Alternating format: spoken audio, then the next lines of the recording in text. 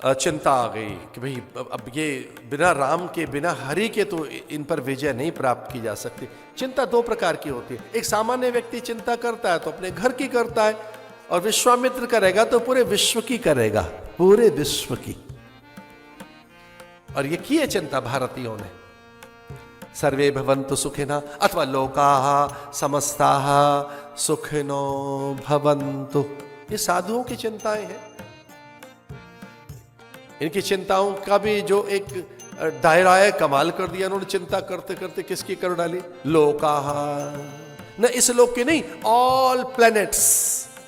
लोकाः समस्ताः सुखिनो भवन्तु, सभी लोकों में सुख रहे। धर्म की जय हो, अधर्म का नाश हो, प्राणियों में सद्भावना हो, और चौथा बोलो विश्व का कल्याण हो। कमाल है, ये साधु कह रहे विश्व का कल्याण हो। ये पूरे सबके वेलफेयर की बात कर रहे हैं, सबके वेलबींग की बात कर रहे हैं। इन जैसी माइंडफुलनेस, इन जैसी वेलनेस, अवेयरनेस और किसी के पास होगी? क्या बात है। विश्वामित्र, और चल पड़े विश्वामित्र। और जब विश्वामित्र चले तो वो कोई सामान्य राजा नहीं था। जो राजा सदैव अपराजित रहता है वही राजा होता है जिसकी इंटेलिजेंस जबरदस्त हो। इंटेलिजेंस जिसके पास होती है उसे कोई भी नहीं हरा सकता। जिसके पास गुप्तचर हो, और उसके गुप्तचर कैसे हो? खेचर, भूचर, नभचर, पर्णचर, गुचर, धूचर। इंटेलिजेंस में तो इतनी परफेक्शन होनी चाहिए कि पत्तों पे भी गुप्तचर चलें। ऐसा राजा होना चाहिए, पत्ते पे चलना चाहिए गुप्तचर को। पत्ते पत्ते पे, पत्ते पत्ते की पता हो, चप्पे चप्पे की पता हो, उसको कहेंगे इंटेलिजेंस। अनलकीली मेरे शासक के पास है।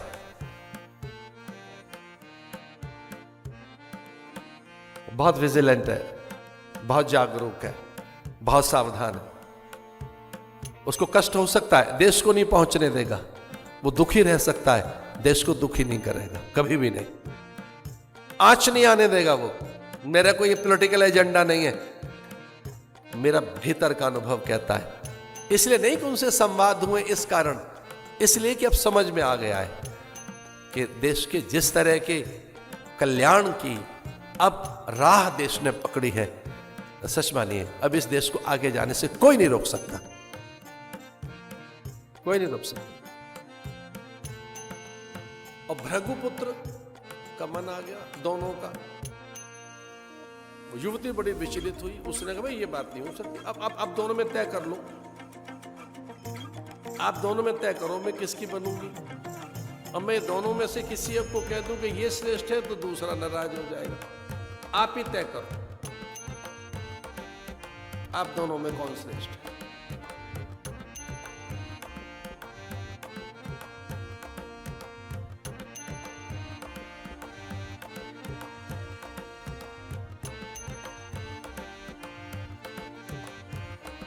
भृगुपुत्र ने कहा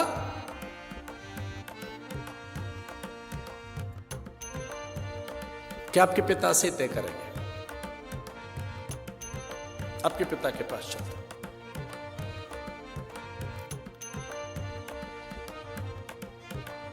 लेकिन उसमें प्रण यह है कि फिर दूसरे को जीवित नहीं रहना होगा, प्राण सिद्धि होगी। प्रणव्रत है, मरण व्रत है। फिर जो एक जयी होगा उसकी मैं बन जाऊंगी, पर दूसरे की मृत्यु होनी चाहिए। फिर दूसरा नहीं रहेगा धरती पर, फिर दूसरे के प्राण नहीं रहेंगे।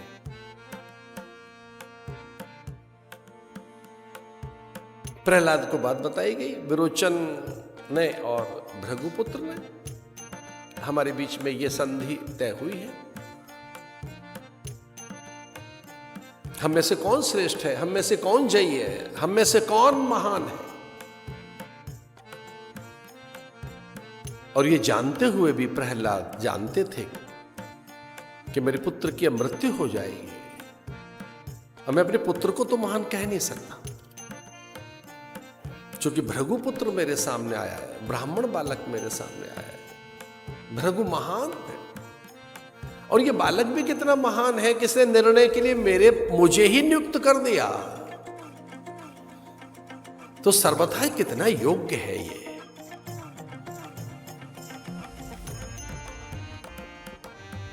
आप तथा अनघ कपट न रखें किसी भी प्रकार से,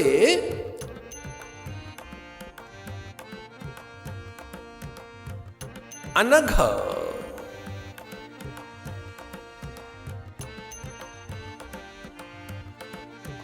तो उस युवती को कहा, अरे बेटी मेरा पुत्र महान नहीं है, ये भृगुपुत्र ही महान है। ये वेदज्ञ है, धर्मज्ञ है, स्थित प्रज्ञ है, ये प्रज्ञावान है, वीर्यवान है, शीलवान है, गुणवान है। और हां, मेरा पुत्र भी ऐसा ही है, मेरे पुत्र में भी ये समस्त गुण हैं। पर चूंकि ये अतिथि है और अतिथि का अनादर मैं नहीं कर सकता, मैं अतिथि को न्यून नहीं बता सकता, मैं अतिथि को छोटा नहीं बता सकता, मैं अतिथि के विषय में यह नहीं कह सकता कि अतिथि नीच है और मेरा पुत्र उच्च है। यह मेरा धर्म नहीं है। मैं जानता हूं कि अब मेरे पुत्र की हत्या या मृत्यु हो जाएगी, लेकिन भले ही मेरे पुत्र की मृत्यु हो जाए, मैं अपना धर्म नहीं छोड़ूंगा। यही श्रेष्ठ है। और भृगुपुत्र से को प्रणाम करते हुए प्रहलाद ने कहा, आप ही श्रेष्ठ हैं, और अपने पुत्र को आज्ञा दी, इन्हें प्रणाम करो, इनके चरण छू, इनकी प्रदक्षिणा कीजिए, इनके पग पखारिए, मस्तक पे चंदन लगाओ और कहो कि आप श्रेष्ठ हैं। पिता की आज्ञा मानकर मन में तनिक भी संकोच न रखते हुए विरोचन ने प्रणाम किया भृगुपुत्र को, प्रदक्षिणा की, पाद्य पूजा की, मस्तक पर चंदन लगाया, गले में माला पहनाई, प्रणाम करते हुए कहा, हे देव आप ही श्रेष्ठ हैं, आप ही महान हैं। क्योंकि मेरा पिता सही निर्णय करेगा।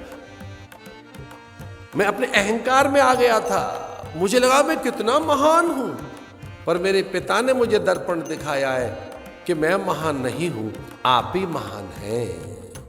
यद्यपि विरोचन बड़ा था, यद्यपि भृगुपुत्र से भी कहीं अधिक श्रेष्ठ विरोचन था,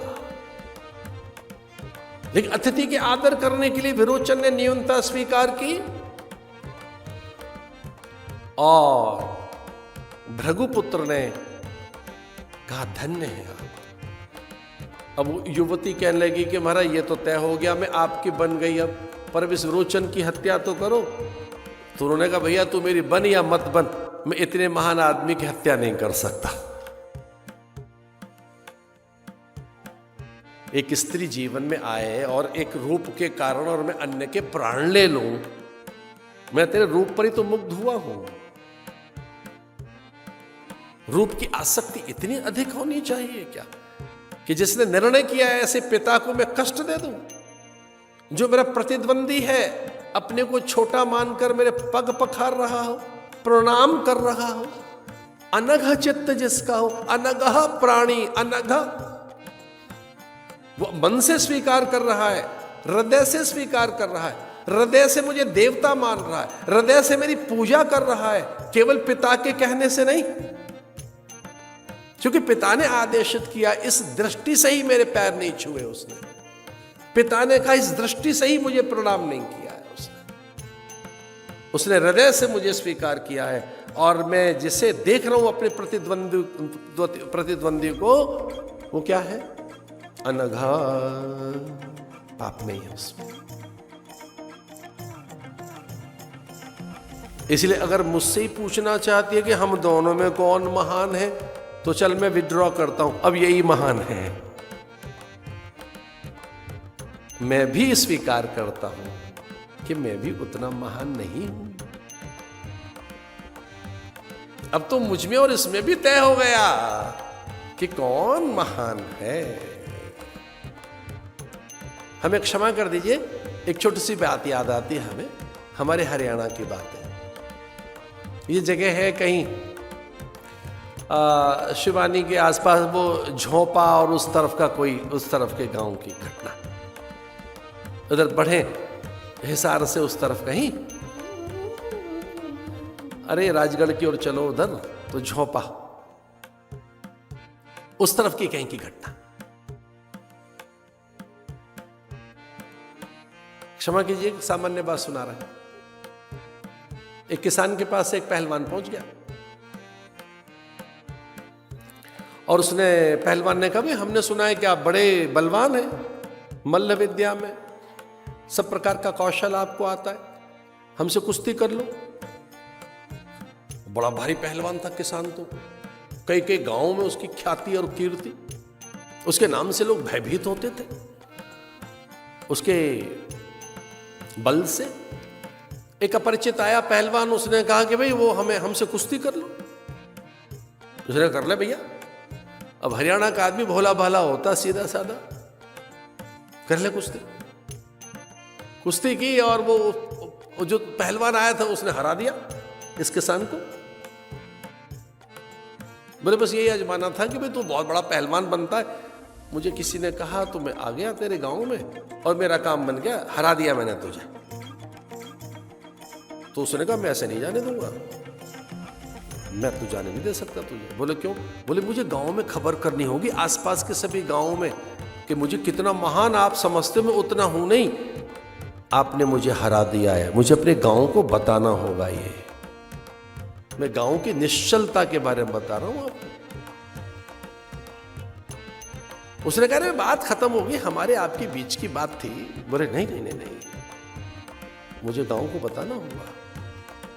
पूरे गांव को इकट्ठा कर लिया। उसने कहा देखो भाई गांव के लोगों, आप मुझे महान समझते थे, ऐसा नहीं है, इस पहलवान ने मुझे हरा दिया, मैं स्वीकार करता हूं अपनी हार। क्योंकि आप मुझे बार बार प्रणाम करोगे, महान बताओगे, मैं ये सहन नहीं कर पाऊंगा। आज मैं पराजय स्वीकार करता हूं।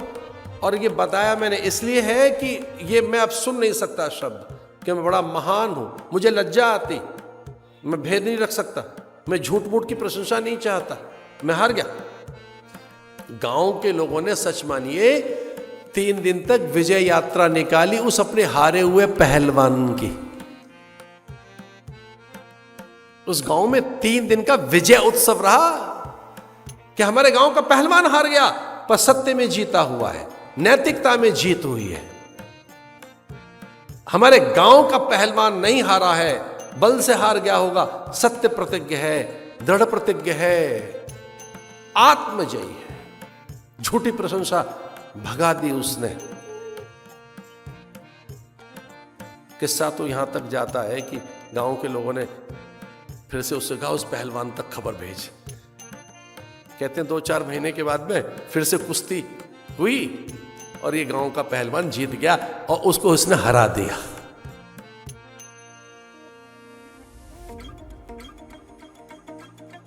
गांव के लोगों ने कहा तू पहले कैसे हार गया था? बोले पहले तो मैं इसलिए हार गया था कि अतिथि है, चलो ये जो आजमाइश कर रहा है इसको ही जीत जाने दो। मैं तो पहले इसलिए हार गया था, मुझे हरा नहीं सकता था ये। अब कहीं से चलकर आया है, दूसरे गांव का आदमी है, अतिथि का आदर करने के लिए। ध्यान से सुनो हमने क्या कहा है। संयोग से अपने देश में अतिथियों का क्या तांता लगा हुआ है इस समय। पूरे संसार भर से कितने अतिथि आए हुए हैं।